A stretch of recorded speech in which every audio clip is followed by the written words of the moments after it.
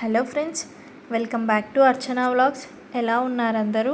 నేనైతే చాలా బాగున్నాను. మీరు కూడా బాగుండాలని అనుకుంటున్నాను. ఈరోజు మన వీడియోలో చికెన్ గ్రేవీ రెసిపీ ఎలా తయారు చేసుకోవాలో చూద్దాం. బగారా రైస్లోకి గ్రేవీ రెసిపీస్ చాలా బాగుంటాయి కదా. సో అందులోకి పర్ఫెక్ట్ కాంబినేషన్ అయిన చికెన్ గ్రేవీని సింపుల్గా ఎలా చేసుకోవాలో ఈ వీడియోలో చూసేద్దాం. నా ఛానల్ని ఫస్ట్ టైం చూసేవారైతే సబ్స్క్రైబ్ చేసుకోండి. వీడియో అప్లోడ్ చేయగానే మీకు నోటిఫికేషన్ అయితే వస్తుంది. ఇంకా లేట్ చేయకుండా రెసిపీ చూసేద్దాం. ముందుగా చికెన్ను మ్యారినేట్ చేయడానికి 2 స్పూన్స్ అల్లం పేస్ట్, అలాగే మసాలాలు వేసుకోండి. మసాలాలు కారం, ధనియాల పొడి, గరం మసాలా, పసుపు, చికెన్ మసాలా వేసుకోండి. తర్వాత దీనిలోకి టేస్ట్కి సరిపడా సాల్ట్ వేసుకోండి. ఇప్పుడు సన్నగా పొడుగ్గా కట్ చేసి పెట్టుకున్న ఆనియన్ వేసుకోండి. తర్వాత 2 మిర్చీలు వేసుకోండి. ఇప్పుడు 2 స్పూన్స్ ఆయిల్ వేసి వీడియోలో చూపిస్తున్నట్టుగా మసాలాలు చికెన్కి మంచిగా పట్టించండి. ఇలా మంచిగా మ్యారినేట్ చేసి పెట్టుకున్న చికెన్ని ఒక 1/2 అవర్ పాటు పక్కకు పెట్టేసుకోండి. ఇక్కడైతే నేను వెల్లుల్లి కూడా ఇందులో డైరెక్ట్గా వేస్తున్నాను. ఇలా వేస్తే మనకు మంచి టేస్ట్ వస్తుంది. మీరు ఒకసారి ఇలా ట్రై చేయండి. ఇప్పుడు స్టవ్ పైన ప్యాన్ పెట్టుకొని 4 స్పూన్స్ ఆయిల్ వేసుకోండి. ఆయిల్ వేడైన తర్వాత సాజీరా, దాల్చిన చెక్క, లవంగాలు, 2 ఎండుమిర్చి వేసుకోండి. ఆ తర్వాత ఇప్పుడు దీనిలోకి మనం మ్యారినేట్ చేసి పెట్టుకున్న చికెన్ను వేసుకొని ఒకసారి అంతా మంచిగా కలుపుకోండి. ఇలా అంతా కూడా చికెన్ మంచిగా కలుపుకొని ఒక 5 to 10 మినిట్స్ అయితే కుక్ చేసుకోండి. ఆ తర్వాత దీనిలోకి సన్నగా పొడుగ్గా కట్ చేసి పెట్టుకున్న 2 టమాటాలు వేసుకోండి. ఇప్పుడంతా ఒకసారి మంచిగా కలుపుకొని మూత పెట్టి ఒక 10 నిమిషాలు కుక్ చేసుకోండి. ఇప్పుడు ఈ కర్రీ అంతా కూడా ఒకసారి మంచిగా కలుపుకోవాలి. చూడండి, ఆయిల్ అంతా మంచిగా పైకి వచ్చింది కదా.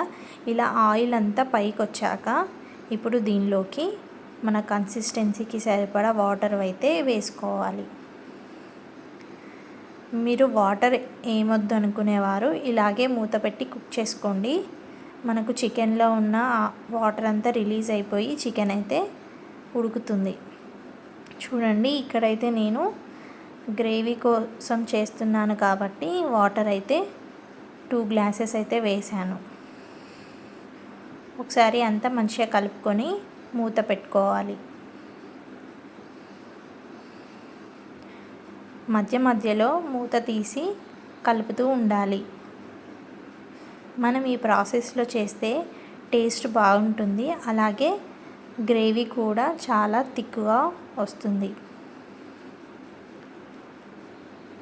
చూడండి, కర్రీ అంతా మొత్తం దగ్గరికి అయ్యేలాగా కుక్ చేసుకోవాలి. ఒక 15 మినిట్స్లో కర్రీ అంతా కూడా మంచిగా ఈ కన్సిస్టెన్సీకి అయితే వచ్చింది. కావాలంటే మీరు ఇక్కడే స్టవ్ ఆఫ్ చేసుకోవచ్చు, లేదంటే ఇంకా దగ్గరికి అయ్యేలాగా కుక్ చేసుకోవచ్చు. నేనైతే మూత పెట్టి ఇంకొక 10 మినిట్స్ అయితే లో ఫ్లేమ్లో కుక్ చేసుకున్నాను. చూడండి, కర్రీ అయితే మంచి థిక్ కన్సిస్టెన్సీలో వచ్చింది. టేస్ట్ కూడా అసలు చాలా బాగుంది. చివరగా దీనిలోకి కొత్తిమీర వేసుకొని మొత్తం అంతా కూడా కలుపుకోవాలి. అంతే అండి, చాలా సింపుల్గా చికెన్ గ్రేవీ అయితే రెడీ అయిపోయింది. బగారాలోకి, జీరా రైస్లోకి అయితే ఈ కాంబినేషన్ చాలా బాగుంటుంది. మీరు ఒకసారి ఈ ప్రాసెస్లో ట్రై చేయండి.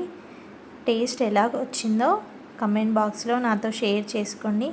నా ఛానల్ని సబ్స్క్రైబ్ చేయడం అయితే అసలు మర్చిపోవద్దు. మంచి వీడియోస్తో మీ ముందుకైతే వస్తాను. రెసిపీ చూడడానికి నోరూరుతుంది కదా. సో టేస్ట్ కూడా అంతే చాలా బాగుంది.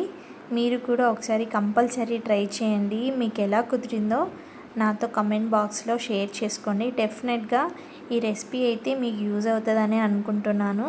చపాతీ, పరోటా దేనిలోకైనా ఈ గ్రేవీ రెసిపీ అయితే చాలా బాగుంటుంది. మీరు కూడా ట్రై చేయండి. Thank you for watching. See you all in next video. Bye bye.